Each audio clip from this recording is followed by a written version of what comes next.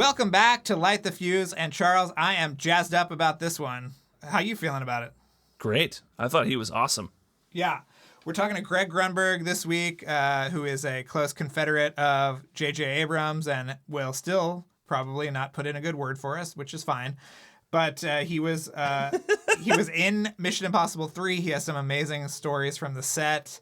And I want to just tell everyone that if you hear me drop out, I had a really weird technical issue where my computer just shut down completely. So that's right. That was this interview. Yeah. That's right. Yeah. So I think for a long portion of this interview, it's just me and Greg bonding and having a great time without Drew. We don't need him. Yeah. So I'm excited to listen to it because I haven't heard the whole thing. So yeah, he was amazing and very generous with his time. And yeah, so I can't wait for people to hear this. This is one of our first actors on the show. Really? Yeah. Right? So yeah, and he's such a wonderful, nice guy. It was just really great to talk to him. I had a couple of things I wanted to bring up before we start this one. Okay. For one, I've been going through all of my old stuff from all my childhood stuff in my parents' house, and it was in the basement. I pulled out all these boxes, and I came across.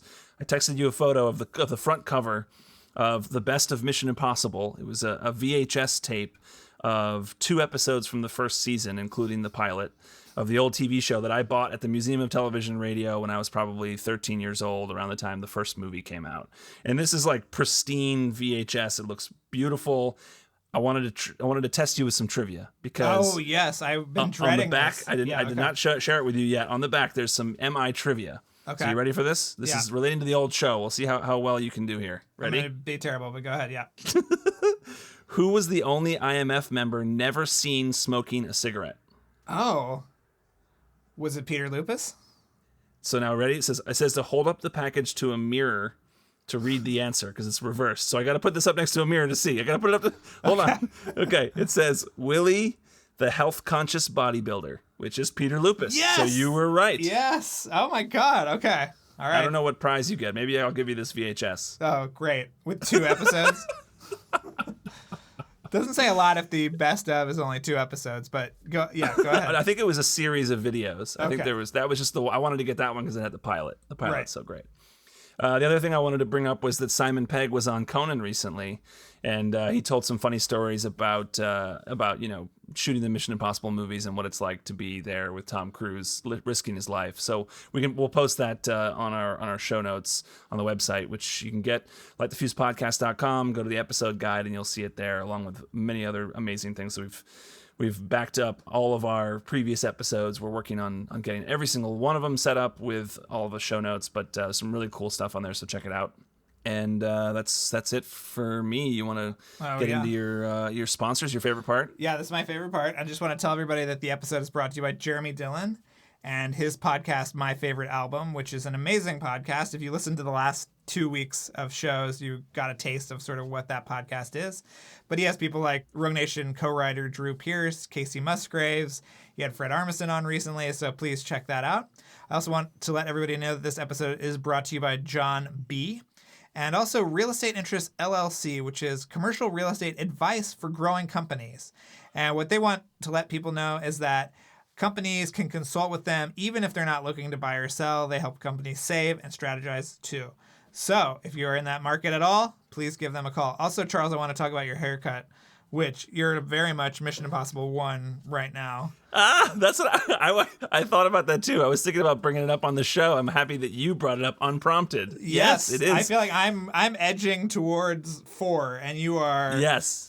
And I just cut it off and I went straight for MI1. I'm really happy. It's really looking like MI1. Like I'm super into 1996 Ethan Hunt. I'm going to tell you that it's what it looks like right now too, because the front is kind of pushed up, is after he gets the wool mask taken off by Max's bodyguard. And I love the way that he has hair on his face, so you hear him kind of go, yeah. You know, when he kind of blows it off his nose and stuff. Yeah. Oh, love it. Great. Yeah. So anyway, you look great. Is all I'm trying to say. That's me. I just do that in the mirror all day long. Good. You look fabulous, and we're gonna go right into this episode. And so here's Kevin Blumenfeld's criminally similar plot theme.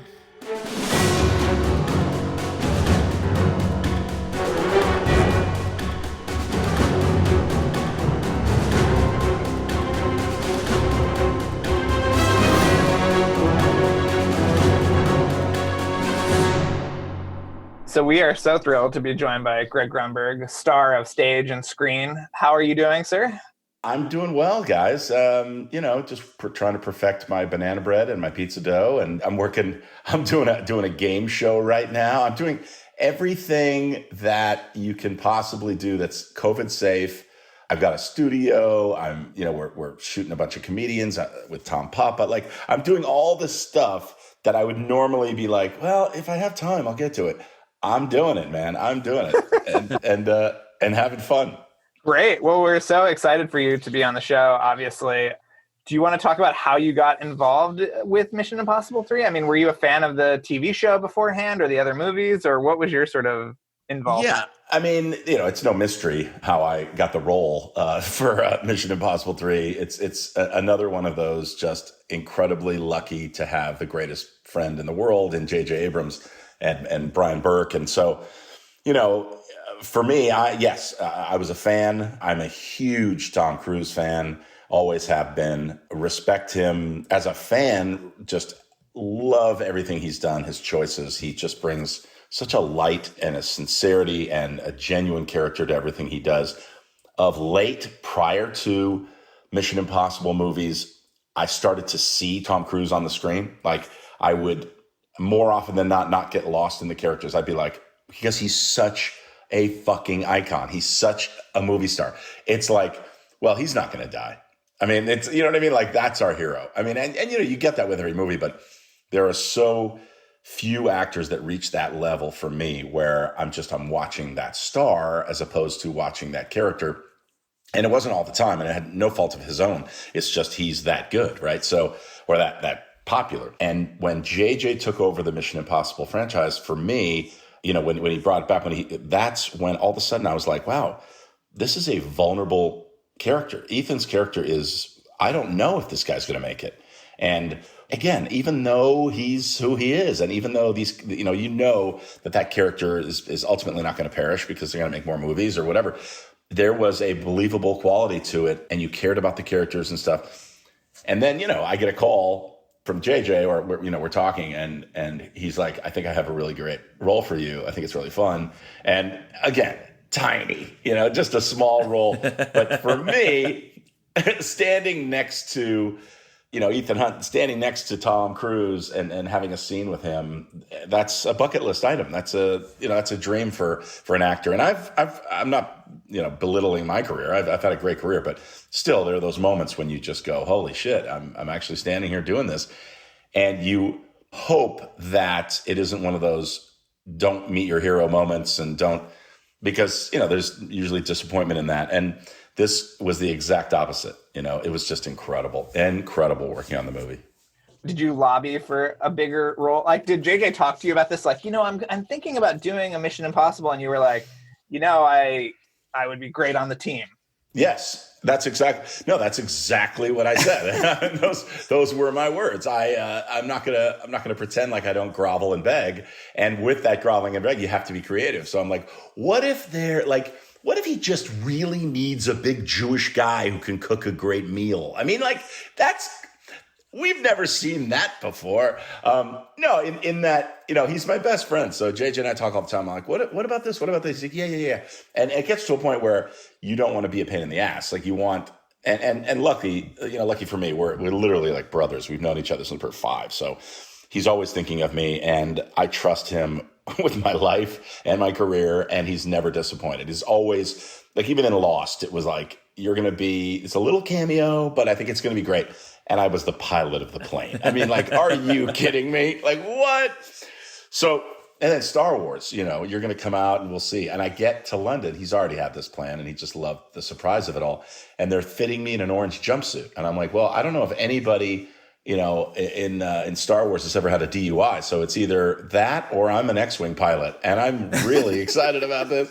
And so this was the same thing. It was like, all right, just, come and we'll work it out, and it'll be fun. I'm like, okay. And I get to Paramount, and I'm in a party scene.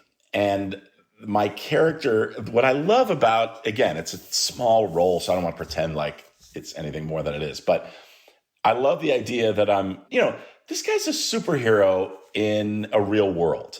I mean, that's basically what these guys are, these action stars. And here I am going, questioning him. Even though it was a tiny role, I'm like going, what do you do? What exactly do you do for a living? I mean, it's like, I love being that guy. And it's sort of the voice of the audience, or the perspective of the audience going, yeah, like if you're at a dinner party, this guy's saying some stuff. I don't know if I believe him. So it was really fun that way. Was it all improvised, or did you come up with a backstory for your character? What was that like? No, I remember it being scripted. He makes it look like it's not, but it was all scripted. And the other thing that was great was, because it was a party scene, I think I got to work a week on it, or like at least 2 or 3 days, because he had to go outside and throw the thing and the ice and the whole thing. And there was different moments of the party. And, you end up being a glorified extra in some of those moments, but fine by me. It's a Mission Impossible movie. Are you kidding me? And, the icing on the cake was Tom, which is, first of all, JJ would not have made that movie or those movies without Tom Cruise fighting for him. It was really, JJ tells the story, but the crux of it is, he really fought and said, no, this is our guy. I really believe in JJ Abrams. I think he can do a great job. And it's sort of look what he did with Alias, and I think he could kill it. And then creatively, the two of them just are they're great together. So, JJ and I have a shorthand. So I kind of knew, all right, well, if he's getting on that well with JJ, I'm sure that he and I are going to be friends. Who knows? And he's so generous, dude. Tom Cruise he's just that guy. He's just exactly what you want him to be. Super professional, unbelievable. And then, turns it on when you're shooting and keeps it on, as far as just being gregarious and a wonderful guy. He's generous. He cares. It was like, I was surprised. I've been really lucky these last, few years to have that as well, with Lady Gaga and Pacino and people I've worked with. But Tom was the same way. He's just amazing. And then I've, of course, seen him a few times after, but he's just a wonderful guy. So all around, it wasn't like, this is JJ's buddy and, whatever. It was great. It was a very professional atmosphere. And I remember, there's a buddy of mine who was a trainer from high school, Tony Berlant, and he was Tom's trainer on the set. And Tom is like, he just keeps himself in incredible shape. You have to, you watch professional athletes, you watch the basketball in the bubble, and you'll see, you and I were just talking off mic about the Peloton. They have these bikes off the court. It's like, these guys are running up and down the court. The last thing I would do after when there's a timeout or they take me out of the game is get on an exercise bike, right? I mean, give me barbecue and craft service on the side of the court. And Tom's the same way. Like, he's shooting, he's doing some action scene, and then he gets on a bike to stay loose, to stay, pumped up and everything, so he doesn't, pull a muscle or anything. And he's just such a pro. It's just amazing. So there's all this great stuff. And I saw that, by the way, when Carrie Russell, who I was on Felicity with, when she was in Mission, I came and visited the set, and that was when she was shooting. I was there, and that's when I saw Tony and I saw what Tom was doing with him. But anyway, all I'm saying is the whole thing was just a great experience. So were you on set for the filming of the bridge sequence? Yes. How did you hear this? Where did you get that information? Listen, we've got our sources. Okay? Yeah. Yeah, this is a great story. So, I started this podcast. I was like, you know what? I don't know if I have that much to say. I mean, it was hardly in the movie, but you're right. I mean, I'm a big part of this. No. So I'll set the scene. So JJ says, hey, we're shooting the bridge sequence, and we're shooting it pretty close to where you live. And I said, what are you talking about? We don't have a bridge that you can close down that's a mile long or what? He's like, oh, no, we're building it on the ground. And then we're gonna create digitally, that it's above and everything. And I'm like, what? Oh my God, this is crazy. So it turned out really close to us. And I said, can I bring the family? He's like, absolutely, yeah, bring the boys. So Elizabeth and I get the boys in the car, and we go over there. And sure enough, they're in the middle of this sequence, and they've built, in the middle of the wilderness, up here in the West Valley in Los Angeles, in the mountains, they built the bridge, and structurally, the bridge. And what to me blows me away is that, yeah, it's a huge sequence in the movie, and a lot of it is digital, as far as but it's practical. It is real. The cars are real. The explosions are real. The bridge is real. The supports for the bridge are real. Like, all of it. And you're thinking, to me, what I think is, who has to tear this down after they're done? Like, I know, building a mile of a freeway. By the way, where's that room in LA? And they found it. But building a mile of a freeway and then having to break it all up and bring it back to the environmentally friendly area that it was for animals and stuff. It's so impressive. But anyway, we get there and they're in the middle of that sequence when he slides under, the SUV flips over and then he slides under, whatever. And so I'm standing there with the kids. And of course, the wonderful guy ever, Tom, walks up and he's like, "Hey, Grunny, these the kids?" And he remembers one of the kids' names from a conversation. He's like, "Is this Jake? Is this Ben, Sam?" I mean, he's just one of those guys. And Henry Winkler's like that too. They just remember names and they are genuine and they're real. It's not like he wrote them down and then it's like, what does he care about knowing my kids' names? He's just a good person. Anyway, he says, so he's like, "Hey, you guys want to see what this, come here." And he takes them underneath the SUV that's upside down on the ground inside there and shows them that all the glass that's broken on the ground is all rubber. It's all pieces of rubber glass. Like, it looks like glass, but it's not even candy glass. It's so he can slide and not hurt himself. And I should have taken my phone out or, and started videotaping that moment or something. But again, you feel like you're getting to a point where I actually know him, he knows me, whatever. So it's a little weird. And the kids are like, they're huge fans. It's Tom fucking Cruise, guys. I mean, it's like, what? And JJ is just like shaking his head like, this is amazing. And I just will never forget that. And to show them around and say, "Oh yeah, I'm about to do this and that." And then they're in the middle of a stunt. They're in the middle of, this massive stuff, tons of extras, all the stunt people, the cars, all of it. And he took the time to do that. It was just awesome. And that day was really special because obviously it was really close. And my family as a whole, like the whole family all together, they rarely ever come to set. I mean, it just doesn't happen. I've been doing this too long now. It's like, and literally if I say, "Hey, you want to come? I'm shooting something today," they'll roll their eyes first. It's like, they're like, "Oh, really?" But that day was really special and I'll never forget it. Did you see Tom Cruise get thrown into the car, that iconic shot? No, we didn't see that moment. No. And that, you can imagine, they shot that over a couple weeks, I think, that whole section of the movie, if I'm not mistaken. We didn't see that. That was so cool, by the way. Look, those practical stunt moments. I mean, the guy broke his leg jumping from building to building and kept going for the camera. Like, not in that movie, obviously. You know what I'm referring to, but like, He sat on the top of the Burj Khalifa in jeans and no socks and shoes. Like, the guy is just ridiculous. Now he's making a movie in space. What the hell? I don't even want to go past, I don't want to leave LA. It's just incredible. Incredible, his devotion. Going back to the house where you shot your scenes, I've heard before, I think maybe it was in the commentary or something. Isn't that house modeled after JJ's house at the time? Oh, it may have been. Yeah, it looked very similar. That sort of classic. We have the same style house. It's like that East Coast traditional Cape Cod style house, and it was beautiful. That's another thing that blows me away is when you go into a building and there's a house inside a building, and it looks real and the exterior stuff is accurate and everything. That was beautiful. It wasn't to the point where I walked in and went, "Whoa, this is your house," at all. But it was just that feeling, that same style. Right.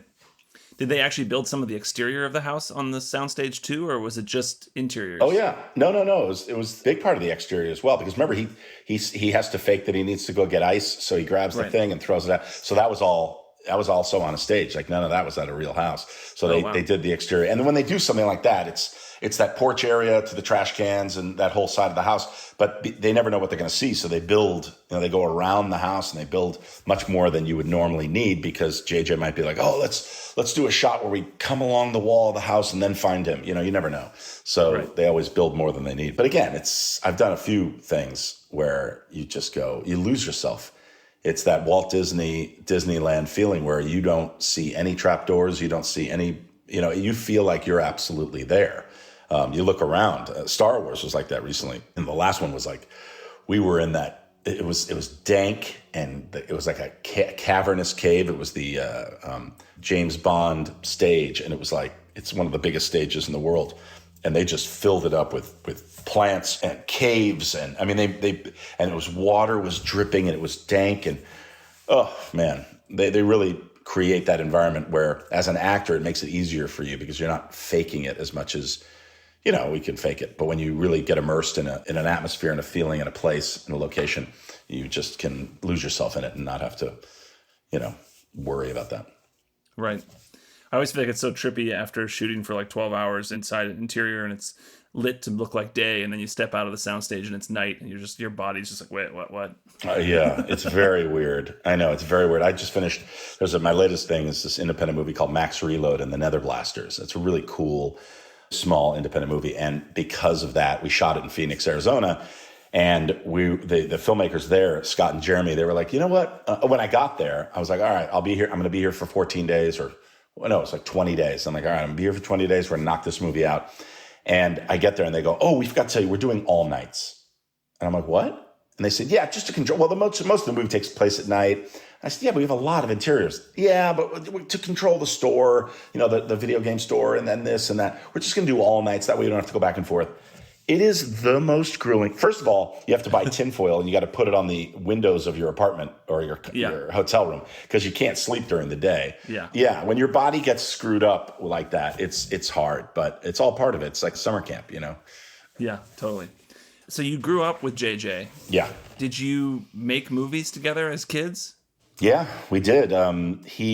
He mainly it was JJ making them and I was starring in them, from spoof commercials to ridiculous little horror movies. And I, we all knew that JJ was going to just take over the world. I mean, we just knew it back then. It wasn't his attitude. It was his talent. He's just so super talented. He's so consumed by wanting to know about every single department. So whether it's editing, he was splicing together. He and Matt Reeves were splicing together Steven Spielberg's Super 8 film when they were, whatever it was, when we were all like 12, 13, 14. And I'm sitting there and they're doing this. And I'm like, guys, can I just take, because there were little pieces that you couldn't use. They were just splicing together and taking I'm like, can I have just a little piece? They're like, no. I'm like, what? This is Steven Spielberg. Stop. Like, let me just have a little. No. And Kathy Kennedy back then hired them to do it. And JJ was on a public access show called, it was Gerard Revel's show. It was called, I forgot what it was called. It was a young filmmaker series. And Mark Sanderson, Matt Reeves, JJ Abrams, and I think one more. But he was highlighting and showing their films. And all the stuff that JJ did, I was in all of it. It's like this little movie called The Attic, where, I think I was like 13, 14, and a friend comes over and my parents are out of town and I'm like, what is this? I didn't know we have an attic. And you go up there and there's all this spooky and there's ghosts unleashed and stuff. Or the coolest thing that we shot back then, which really impressed the crap out of me. And even back then there was this little thing. We just wanted to shoot something really scary. So I'm sleeping. I get up. It was almost one shot. And I get up and I go into the bathroom and I wash my face and then I get stabbed in the back and blood is everywhere and I die. Okay. There's no crew. It's not like we had, 10 of our friends around. So it was just me and JJ and I'm on camera. So JJ is holding the camera, following me into the bathroom at 13, guys, doesn't get his reflection in the mirror, has a knife in his other hand and a blood pack in his other hand, and he stabs me and squirts the blood and the camera doesn't move. And then you're like, what 13-year-old kid can work all this out in his head and make it all work? And he did. And he was just so into all that stuff. And I was just, I was along for the ride. He doesn't say it that way. We were being very creative together and having the greatest childhood ever together. But it was really, I was just so lucky to, we were both so lucky that we were both on the same wavelength. And, when school was out, we couldn't wait to just get out of school and we'd run down to his house. He lived close to school, about half a mile away.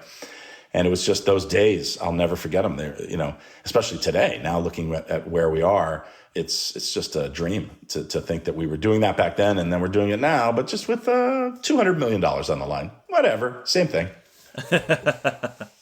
So how many people were in that group of friends that you had that were making movies together?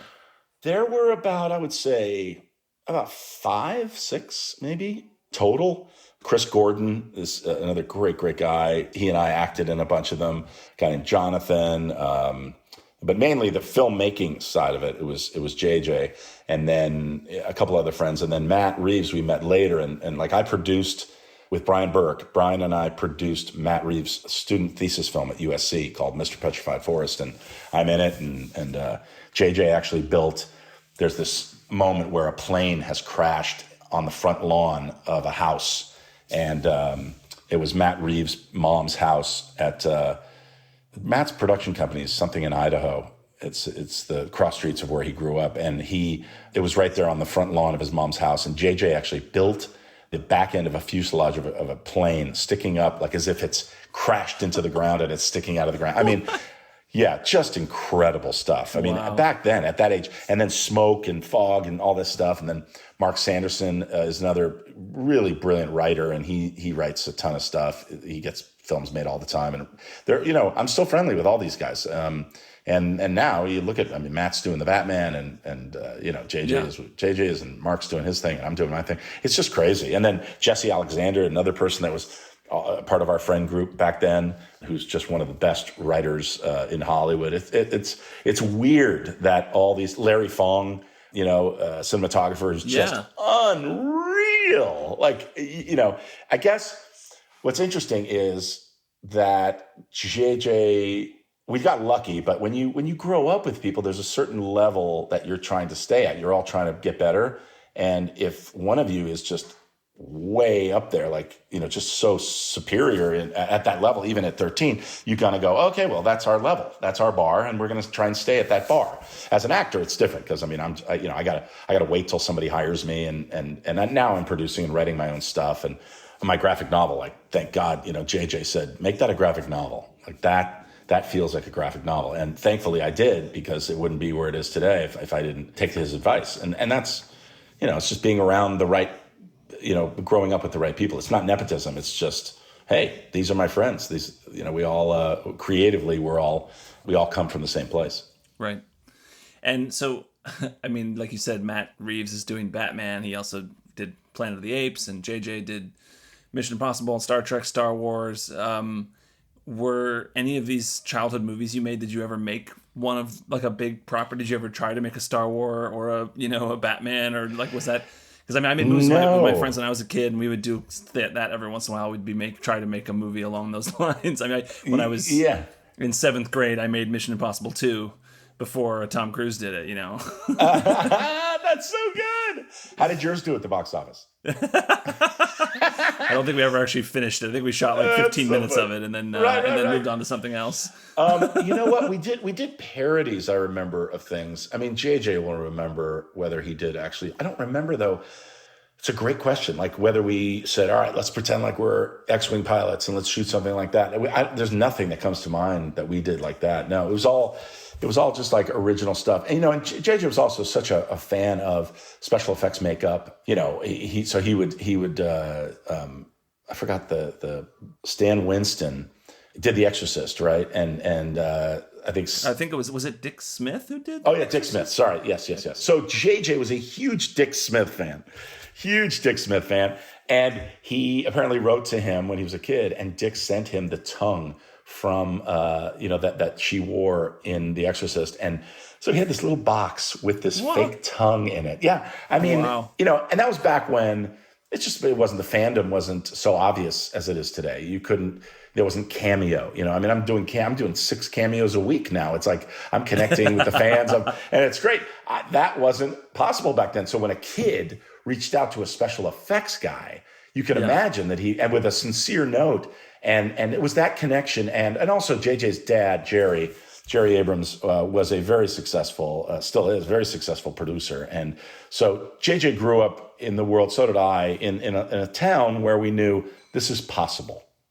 It's a dream, and wouldn't it be great? But we have people around us that we know, friends and family, that are actually doing this. So it's not out of the realm of possibility. And if you work hard enough and you perfect your craft, whatever you're trying to do, you may get a shot, and hopefully you'll succeed in it. And that's what happened with me, and it's happened with JJ.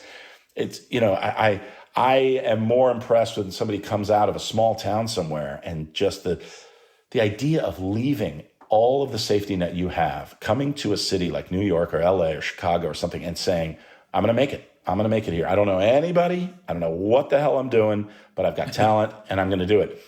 Again, today's a different day because you don't have to leave your town. You can be a musician and just start recording on your device.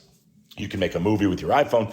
When I was a kid, man, there was nothing. It was Super 8 movies and that was it. And so as an actor, I wasn't even a child actor growing up. It was after college. I was like, you know what? I really want to act. I acted in school plays and all that stuff, but I want to give it a chance. And JJ and I were living together. We shared an apartment after college, and I was knocking on all these doors. And finally, after a year of auditioning, I finally started doing commercials. And then commercials turned into, guest star roles on things. And then the people I worked with there started working there. And then, they got bigger projects. They wanted to work with me. And then when JJ and Matt first sold Felicity and they were doing it, I said, I got to be in it. Guys, I got to be in it. Come on, we got to do this together. And they were like, well, you're not college. You're not a college age guy, so it's not going to happen. And I'm like, no. What if I'm this other character? And we, I basically forced my character, Sean Blumberg, that character down their throat. And, and, they're just generous. They're sweet guys. We're really good friends. And we always look for an opportunity to work together. So it's been great.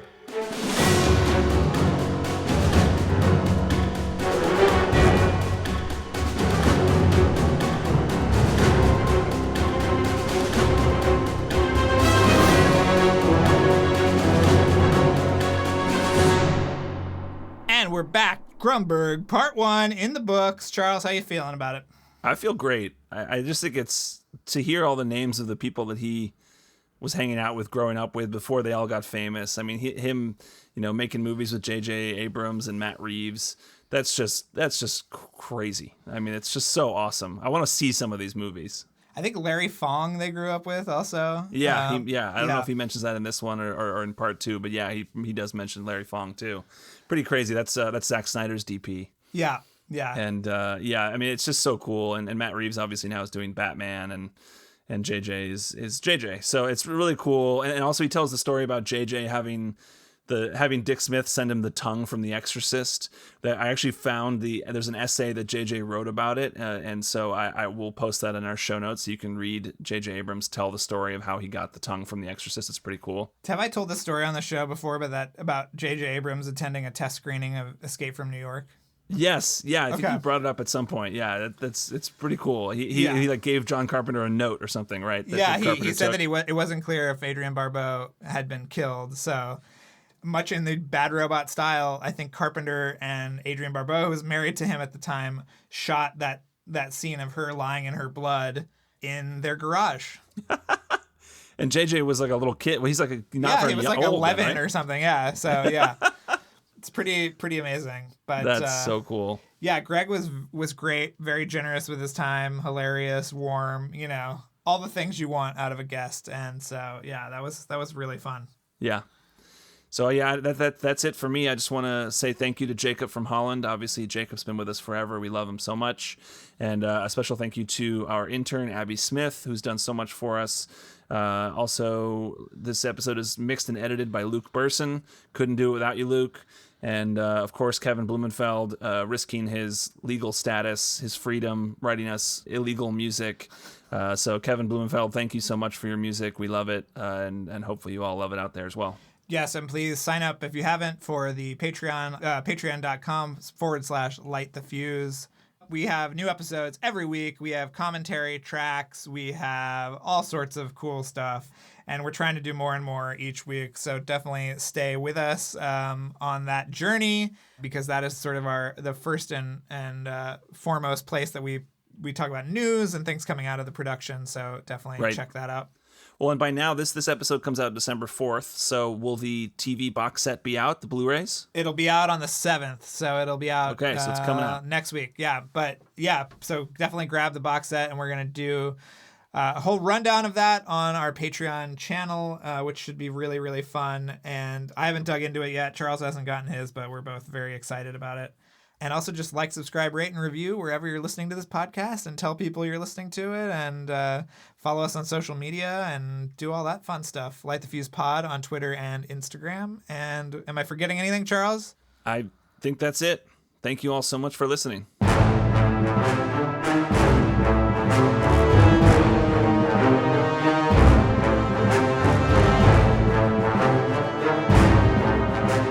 Thanks again for listening, everyone. And before we go, another mission, should you choose to accept it. Please rate, review, and subscribe to the podcast on iTunes. And remember that you can follow us on Twitter and Instagram at LightTheFusePod, and email us questions or comments at lightthefusepodcasts@gmail.com. This message will self-destruct in 5 seconds.